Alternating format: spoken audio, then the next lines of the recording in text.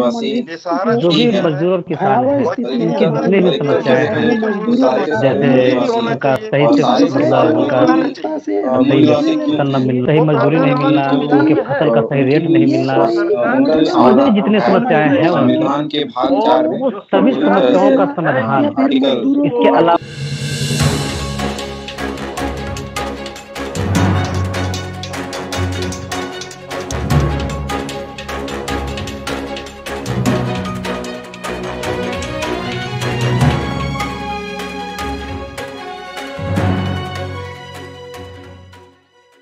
भारतीय समाज में, भारत देश में जो भी मजदूर और किसान हैं, इनकी जितनी भी समस्याएं हैं, जैसे उनका सही से मतलब उनका सही वेतन न मिलना, सही मजदूरी नहीं मिलना, उनके फसल का सही रेट नहीं मिलना, या और भी जितनी समस्याएं हैं उनकी, वो सभी समस्याओं का समाधान, इसके अलावा भारत में जितने तरह की भी समस्याएं हैं, सबका समाधान भारतीय संविधान ही है। भारतीय संविधान में प्रत्येक अनुच्छेद में हर एक चीज को समाहित किया गया है, उसमें लिखित किया गया है, और जितने भी समस्या है उनका सोल्यूशन दिया गया है। लेकिन ऐसा बहुत कम ही जगह पे समाधान मतलब समस्याओं का समाधान हो पा रहा है, क्योंकि सरकार भी जो है वो कभी अपने आप को उच्च मान चुके हैं, मानसिक तौर पे पागल या पागलपन कर सकते हैं, वैसे आज भी हैं, तो वो नहीं चाहते कि हमारे लोगों को वो प्रतिष्ठा मिले। लेकिन फिर भी संविधान ने ये उन्हें भी, या जो भी सरकार में आए, उन्हें ये राइट दिया है कि आप इस चीज को दूर करें। और हम चलते हैं, देखते हैं जो आर्टिकल 39 है, जो भारतीय संविधान के जो अनुच्छेद 39 है, उसमें कि मेल हो या फीमेल, या मतलब महिला और पुरुष को जीविका प्राप्त करने का या जीविका का साधन का उपयोग करने का समान अवसर देती है।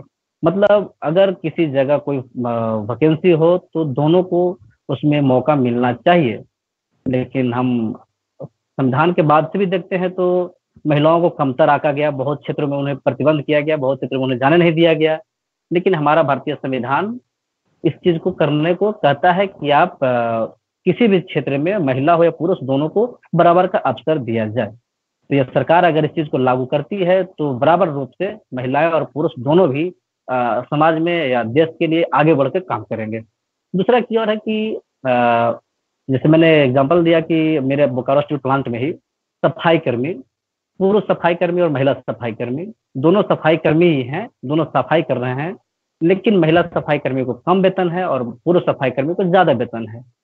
ये भी हमारे एक समस्या ही मजदूर किसानों के लेकर, मतलब हमारे कामगारों की समस्या है। तो भारतीय संविधान जो अनुच्छेद 39 है, ये बोलती है कि ये एक ही काम के लिए, मतलब समान काम के लिए, चाहे महिला हो चाहे पुरुष हो, समान वेतन मिलना चाहिए। तो अगर सरकार इस चीज को अमल लाए, इस आर्टिकल 39 को पूरी तरह से अमल लाती है, तो महिलाएं कमजोर नहीं होगी, उन्हें भी आर्थिक रूप से मजबूती मिल जाएगी, मतलब वो भी पुरुषों के बराबर हो सकते हैं।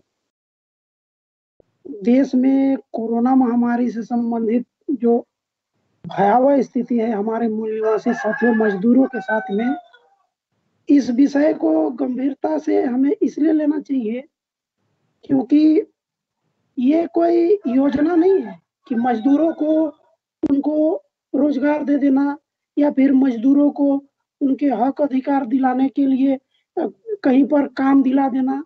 ये रोजगार से संबंधित मामला नहीं है। हम लोग को इसको विशेष तौर पे ध्यान देके समझना होगा कि ये देश लोकतांत्रिक राष्ट्र है जिसमें संविधान के आधार पर यह देश चलता है, और भारतीय संविधान में भारतीय लोगों के लिए बहुत से मूलभूत अधिकार निहित है।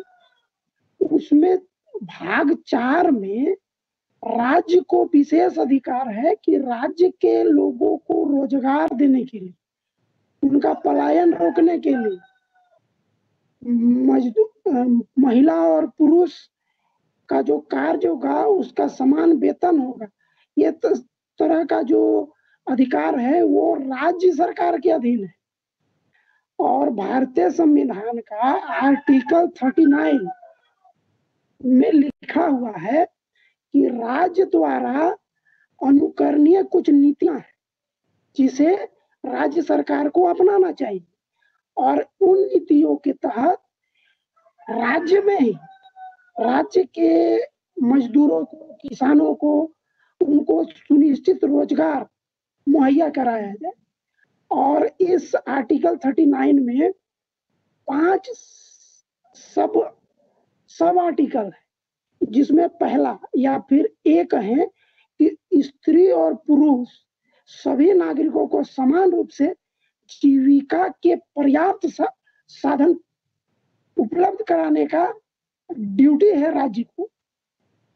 और इसमें अगला है कि समुदाय यानी कि कोई वर्ग है, उस वर्ग को भौतिक संसाधनों में स्वामित्व मिलना चाहिए जो उसके भौगोलिक क्षेत्र में है, और नियंत्रण का प्रकार इस तरीके से बांटा जाना चाहिए कि सरकार के पास में भी उसका अधिकार हो, और उस भूखंड के दायरे में आने वाले जितने भी भारतीय हैं जो उस जमीन से रिलेटेड है, उनको भी उस खनिज संसाधन का उचित लाभ मिलना चाहिए। ये राज्य सरकार के हाथ में है कि वो इसको सुनिश्चित करे।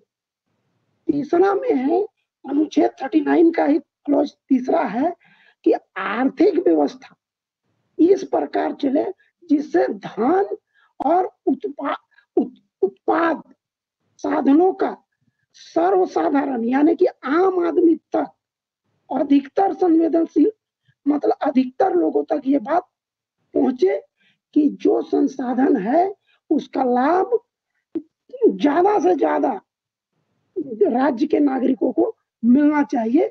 ये सरकार के अधीन है कि वो करे।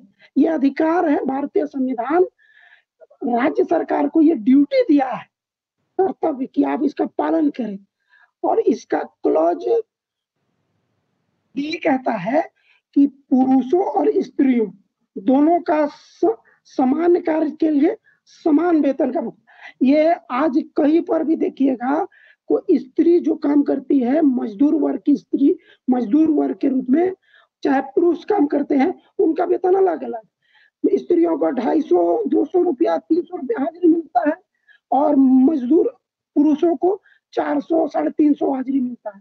तो हर जगह स्त्रियों के साथ में शोषण होता है, जबकि भारतीय संविधान राज्य सरकार को ये ड्यूटी लगाया है कि आप इन तमाम ऐसे अनियमितता बरतने वाले पूंजीपति कहें, सामंती व्यवस्था के लोग कहें, या फिर ठेकेदार इन पर नकेल कसने का काम करें और समान कार्य का समान वेतन आम आदमी तक पहुंचाए।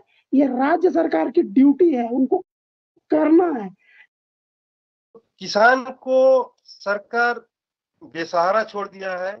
मजदूरों का जो भी मजदूरी, जो न्यूनतम मजदूरी भी होना चाहिए, उस अनुपात में बढ़ाना चाहिए, लेकिन वो प्रावधान हमारे संविधान में है, उसको सरकार अमल में नहीं लाती है। और जो संविधान में है भी, उसको हमारे 44वां संशोधन अधिनियम में पहले क्या था को राज्य को निर्धारित करने का एक मौलिक अधिकार के रूप में था, जो मौलिक उसको उतना न्यूनतम माने मौलिक अधिकार में माने जो होना ही चाहिए था, उसको विधेयक कानून का माने ले लिया है। यानी राज्य और सांसद यानी केंद्र सरकार दोनों मिल के ही उसमें तय कर सकता है। यानी किसी सरकार को, स्टेट को हो या केंद्र को हो, अकेले वैसा जो पावर था वो 44वां संशोधन में केंद्र सरकार अपने हाथों में ले ली है।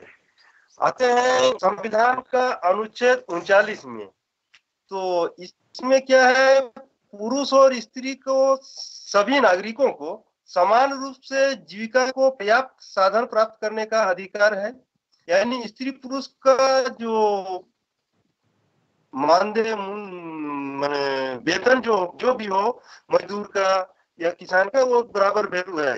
ये प्रावधान मेरा अनुच्छेद 39 में देता है। समुदाय के भौतिक संसाधन को स्वामित्व एवं नियंत्रण इस प्रकार बटा हो जिससे सामूहिक हित का सर्वोत्तम रूप से साधन हो।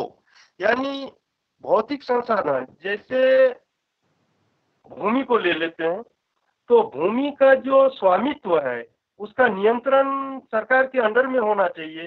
तो संविधान जब रचा गया था उस समय भूमि का आवंटन का अधिकार राज्य सरकार को थी और राज्य सरकार विधेयक लाकर जमीन को भूमिहीनों के बीच बांटने का एक अधिकार था उसके पास। उसको भी 42वां संविधान संशोधन अधिनियम में वो भारत सरकार अपने हाथों में ले लिया है। यानी राज्य सरकार जमीन का अगर समतुल्य वितरण भी करना चाहे तो वो कर नहीं सकते हैं। यानी जिसके पास ज्यादा जमीन है वो ज्यादा खेती तो कर नहीं सकते हैं और जिसके पास जमीन नहीं वो खेती कर सकते हैं तो उसके पास जमीन ही नहीं है। तो ये जमीन का पुनर्बंटवारा का आदेश हमें संविधान देती है, लेकिन इसे भी जो 42वां संशोधन अधिनियम जो है उसको बैंड कर दिया है।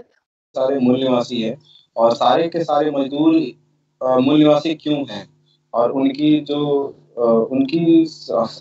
जो समाधान है वो संविधान के भाग 4 में पूरी तरह से आर्टिकल 38 और 39 में दिया गया है। अगर उसको माना जाए और पूरी तरह से उसको अगर लागू किया जाए तो ये समस्याएं नहीं होगी, क्योंकि एक भाग 3 और 4 को बाबा साहब ने पहले ही कहा था कि ये संविधान का हृदय है और इस 3 और 4 को अगर हम लोग अगर अच्छे से समझे और हर एक मजदूर के सामने अगर ये बात रखे और उनको समझाया जाए कि भाग 4 के 38 और 39वें आर्टिकल में क्या कहा गया है, वो उनके लिए और हमारे लिए काफी अच्छा होगा, पूरा भारत के लिए अच्छा होगा।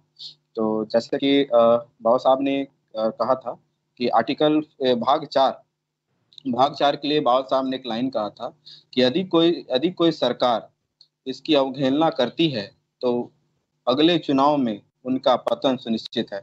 वो उन्होंने ऐसे ही नहीं कहा था, क्योंकि इसी एक आर्टिकल है जो भारत को आगे और काफी आगे ले जा सकता है।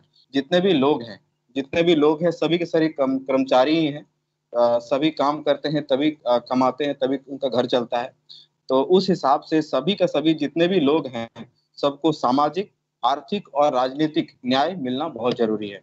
पर आज हम लोग देखते हैं कि जब से संविधान लागू हुआ है तब से इन चीजों पे ध्यान नहीं दिया जा रहा है। इन चीजों पे ना वो ध्यान देते हैं ना हम लोग ध्यान देते हैं, ना ही इसको लेके हम लोग बात करते हैं। यही कारण है कि आज हमारे कर्मचारी जितने भी हैं सभी का स्थिति बहुत ज्यादा बुरा है। और आज हम लोग जो देख रहे हैं कि कई किलोमीटर, मतलब आज सोच सकते हैं कि मुंबई से झारखंड आ जाना, वो भी पैदल, ये आज का भारत है। आज इतना विकासशील देश होने के बावजूद आज हमारा भारत आज इस स्थिति में है। क्यों है? कारण क्या है? क्यों वो आज उसका स्थिति ऐसा है कि वो आज अपना देश छोड़ के अपना प्रदेश, मतलब अपना राज्य छोड़ के दूसरे राज्य कमाने जाना पड़ रहा है। और ऐसा मतलब और किसी भी तरह का काम हो उसको करना पड़ रहा है। हम लोग जितने भी कर्मचारी हैं सबका जो इस भेदभाव है, यानी कि किसी का अगर लाखों रुपया बैठे बैठे कमाए हो रहा है और कोई वही काम को कमा के उसी काम को अच्छे तरीके से करके उसी का एक तरह से जड़ देखा जाए वो जड़ है, लेकिन उसका जो आमदनी है, आय है, वो एक देखा जाए तो शर्मिंदगी के लायक उसको रखा गया है। तो ये नहीं कि ये सरकार, इसके लिए सरकार दायित्व होती है और सरकार का ये ड्यूटी और ये जिम्मेदारी बनता है जो कि वो ठीक से काम नहीं कर रही है। और आज 70 सालों से ये चीज चला आ रहा है। यही कारण है कि आज हमारा देश बहुत ज्यादा नीचे स्तरों पे है और इसको पूरी तरीके से इसको कहीं और डाइवर्ट किया गया है, धार्मिक स्थलों को बोल के या किसी और चीज को लेकर डाइवर्ट, जबकि भारत धार्मिक और ये सब के चलते नहीं चलता है। भारत यहाँ के कर्मचारियों, कृषि किसान के द्वारा ये भारत आज बहुत आगे है, बहुत आगे जा सकता था, जो कि ये इन लोगों को वैल्यू नहीं देके बड़े जितने भी व्यवसायी हैं वो बैकवर्ड क्लास का ना होके वो सारे के सारे विविध जातियों के बने हुए हैं।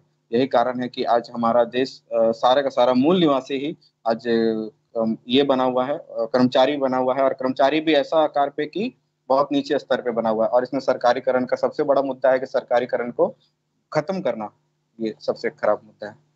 लेकिन चूंकि हम मजदूर वर्ग के लोग इस बात को नहीं जानते, अपने अधिकार नहीं जानते हैं, इसके तहत इनका शोषण होता है। आर्टिकल 39 संपूर्ण मजदूर वर्ग, किसान वर्ग के लिए विशेषाधिकार का प्रोविजन करता है। उसी में है DE में है कि पुरुष और स्त्री कर्मकारों के स्वास्थ्य और शक्तियों का तथा जो बालक हैं उनका कार्य उनके योग्यता और क्षमता के अनुरूप ही लेना है, उससे ज्यादा नहीं लेना है। और जो स्त्री और पुरुष मजदूरी का काम करते हैं, चाहे वो कुशल हो, अकुशल हो या सेमी कुशल हो, ये 3 वर्ग के जो मजदूर है वो काम करते हैं, उनका शक्ति के अनुपात में उनको उपयोग करना है, उनका मजदूरी का, योग्यता का, और उनके जीवन का बीमा और स्वास्थ्य का बीमा कराने का भी ड्यूटी है कि मजदूर काम करते करते मर गया तो उसका लायबिलिटी कौन होगा? तो उसका लायबिलिटी वो जो काम करवा रहा है वो होगा, और अगर वो नहीं देता तो राज्य सरकार उसमें उसको करवाने का काम करेगी। ये राज्य सरकार की ड्यूटी है।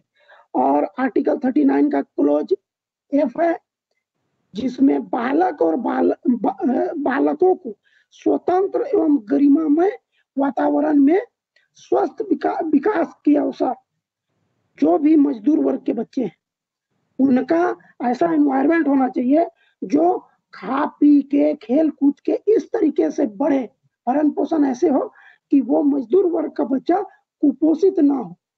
इन चीजों का भी विशेष ध्यान रखना ये दायित्व है राज्य सरकार का।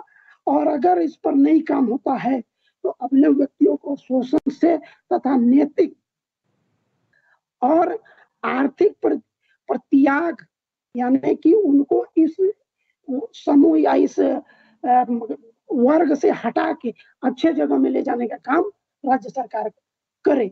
और 38 में भी कुछ उपबंध है जिसमें राज्य लोक कल्याण के अभिवृद्धियों के लिए सामाजिक व्यवस्था करना है, यानी समाज में ही कुछ ऐसी कार्यों का निष्पादन किया जाए जिससे राज्य के मजदूर राज्य में ही रह के अपनी जीविका का उपार्जन करें और गरिमा में, ये नहीं कि बंधुआ मजदूर की तरह काम करे 8 घंटा 12 घंटा 14 घंटा और मजदूरी नहीं के बराबर मिले, ऐसा नहीं। तो भारत के सभी मजदूर, क्योंकि ये देश कृषि प्रधान राष्ट्र है और इसमें मजदूर और किसान की बहुतायत है, लगभग 65 से 70% लोग कमाने खाने पर जीविका उपार्जन करते हैं। इसलिए भारतीय संविधान निर्माताओं ने इस चीज को बहुत ही प्रमुखता के साथ में जाना और इसे भारतीय संविधान में राज्य के नीति निर्देशक तत्व में डालने का काम किया।